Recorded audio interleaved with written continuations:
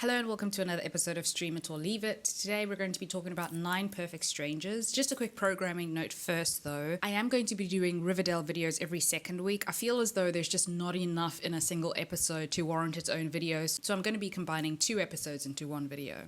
As for 9 Perfect Strangers, I feel as though the writing was on the wall for a while. I am really intrigued by the premise, but I didn't enjoy the trailer. I tried to read the book. I didn't enjoy the book. I couldn't finish it. But I still thought, okay, no matter. We'll still give it a chance. And yeah, it's weird because this show has everything that I want in a show. It has Michael Shannon. It has creepy cult stuff. It has weird pseudoscientific nonsense. But it turned out to be a bit of a disappointment. Anyway, we'll talk about it. Onto the video.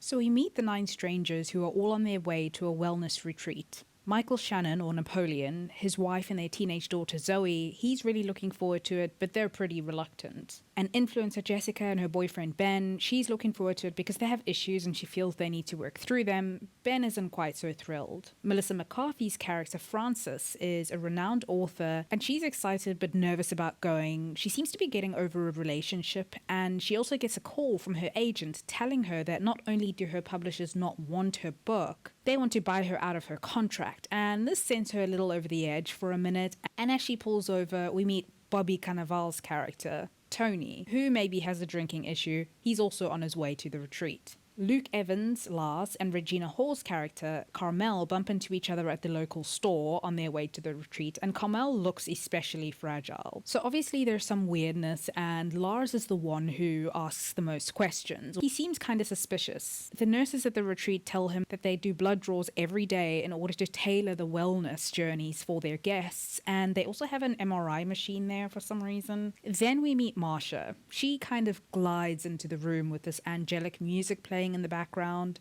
The wig is bad, her accent is odd, but Nicole Kidman is so well suited for this. By the way, Masha is the one in charge. This is her retreat.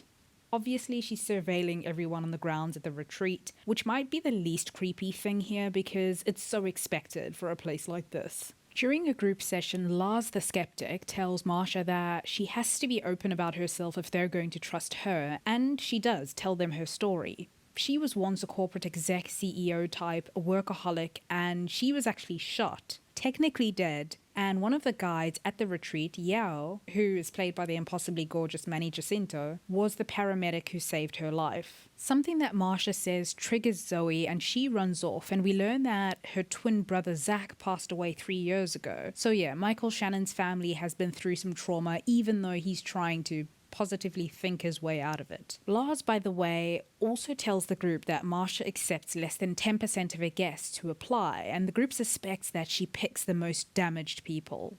They're not very suspicious in that they're trying to investigate or leave or anything, they're just curious. Except for Luke, who even Masha, Delilah, and Yao expect has an agenda. By the way, Yao and Delilah appear to be romantically involved, even though he's way more into the Kool-Aid of this place than she is, I think. That might have something to do with Yao and Masha also having something together.